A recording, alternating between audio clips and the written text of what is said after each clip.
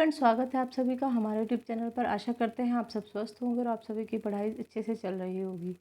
हमने अर्थशास्त्र की एक सीरीज स्टार्ट की थी जिसमें हम कुछ इंपॉर्टेंट क्वेश्चन आंसर आपको करा रहे हैं। आशा करते हैं आपको सीरीज पसंद आ रही होगी। अगर आपको सीरीज पसंद आ रही है तो लाइक कीजिए, शेयर कीजिए और सब्सक्राइब कीजिए। स्टार्ट करते हैं। किस पंचवर्षीय योजना में आत्मनिर्भरता का लक्ष्य रखा गया है? चौथी पंचवर्षीय योजना में। तंबाकू उत्पादन में विश्व का अग्रणी देश है चीन। विजन ऑफ साउंड किस ब्रांड के उत्पादनों की विज्ञापन पंक्ति है? कैनवुड। भारतीय स्टेट बैंक ने किस नाम से विदेशी मुद्रा प्राप्त करने की योजना जारी की थी? इंडिया मिलेनियम डिपॉजिट योजना। इंडिया मिलेनियम डिपॉजिट योजना। सरकार द्वारा लागू किए जाने वाले नॉन सैपर्स योजना का संबंध है निर्यातित माल से। भारतीय रिजर्व बैंक का लेखा वर्ष है जुलाई जून। भारत का आर्थिक सर्वेक्षण प्रत्येक वर्ष सरकारी तौर पर किसके द्वारा प्रकाशित किया जाता है? भारत सरकार के वित्त मंत्रालय द्वारा। वास्तविक प्रति व्यक्ति आय बराबर होती है वास्तविक राष्ट्रीय और आय बटा कुल जनसंख्या। वास्तविक राष्ट्रीय आय बटा कुल जनसंख्या। फिशर के विनियमन समीकरण का रूप है MB बराबर PT। विश्व आर्थिक फोरम को ग्लोबल कंपोजिटिव रिपोर्ट में किस देश का प्रथम स्थान है? संयुक्त राज्य अमेरिका। भारत में सहकारी बैंकों का गठन कितने स्तरों वाला है? 3 स्तरों वाला। बैंकों को अपने रोकड़ शेष तथा कुल परिसंपत्ति के मध्य एक निश्चित अनुपात रखना पड़ता है। इसे कहते हैं सर्वाधिक तरलता अनुपात, SLR। भारत में मुद्रास्फीति मापी जाती है थोक मूल्य सूचकांक द्वारा। श्रेष्ठ बाजार का अर्थ है सरकारी प्रतिभूतियों का बाजार। सरकारी प्रतिभूतियों का बाजार। भारत के संचित कोष के धन की निकासी किसकी अनुमति से संभव होती है? संसद की अनुमति से। भविष्य में उत्पन्न होने वाली संगित कमी या अभाव का सामना करने के लिए बनाए गए किसी वस्तु के भंडार को क्या कहते हैं? Buffer stock.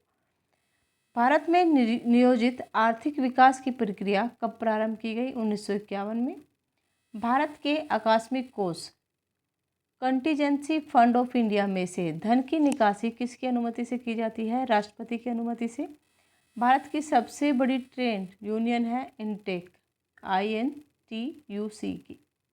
सार्वजनिक क्षेत्रों के बैंकों में कौन सा बैंक सबसे बड़ा है? भारतीय स्टेट बैंक। भारत में नए निजी के लिए कितने आरंभिक न्यूनतम चुकता पूंजी पेड अप कैपिटल होना आवश्यक है? 200 करोड़ रुपए।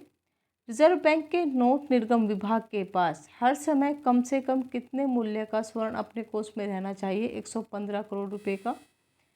बजट पूर्व आर्थिक समीक्षा कहाँ तक प्रस्तुत की जाती है? लोकसभा में। समन्वित ग्राम विकास कार्यक्रम IRDP किस वर्ष प्रारंभ किया गया था? 1978-79।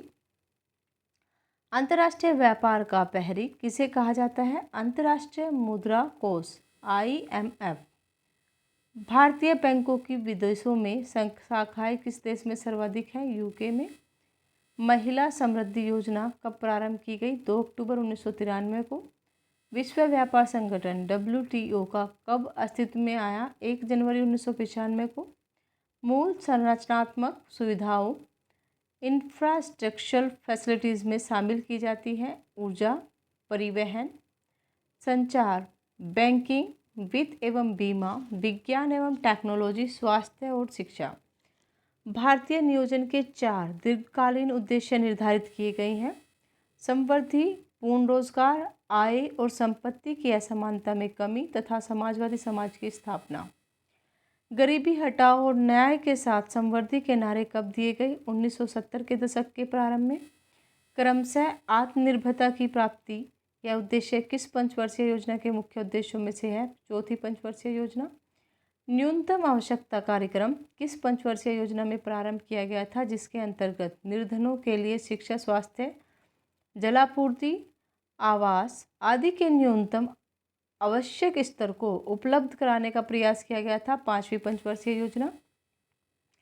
भारत के किस बैंक ने सर्वप्रथम विभिन्न शहरों में स्थित अपने कार्यालय को उपग्रह नेटवर्कों से जोड़ा? State bank of India. मदड़िया किसे कहते हैं? स्टॉक एक्सचेंज में वह व्यक्ति जो स्टॉक या शेयर की कीमत गिरने की आशा में वस्तु को भविष्य में देने का वायदा कर बेचता है। भारत में केंद्रीय बैंक के कार्य किसके द्वारा किए जाते हैं? भारतीय रिजर्व बैंक द्वारा। बैंक दर, बैंक रेट से क्या भी पर्याय है? वह दर जिस पर भारतीय रिजर्व बैंक वाणिज्यिक बैंकों का उधार देता है। संविधान के अंतर्गत सार्वजनिक कोष को उगाहने और व्यय करने का अधिकार किसे है? केंद्र और राज्य सरकारों को। प्रत्यक्ष कर, डायरेक्ट टैक्स क्या होता है? वह कर जो जिस पर व्यक्ति पर लगाया जाता है वह उसका भुगतान करता है, प्रत्यक्ष कर कहलाता है।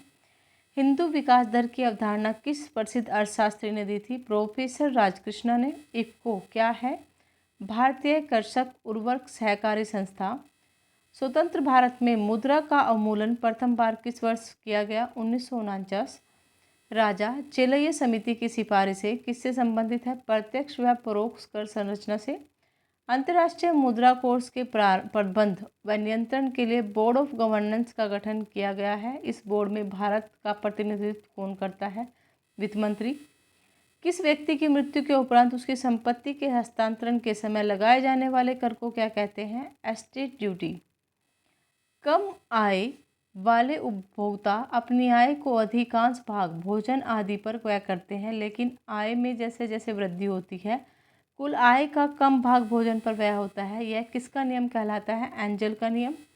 ऐसी मुद्रा जिसकी विनिमय दर लगातार भुगतान संतुलन घाटे के कारण गिरती रहती है और इस प्रकार की मुद्रा को कोई भी देश अपने विनिमय कोष के भाग के रूप में अपने पास नहीं रखना चाहता, कैसी मुद्रा कहलाती है? सॉफ्ट करेंसी, उदार मुद्रा।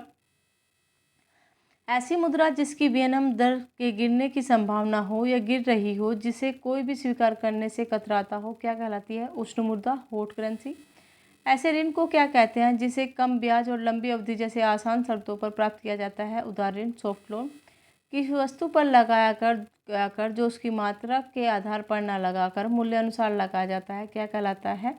एंड विलोरम टैक्स।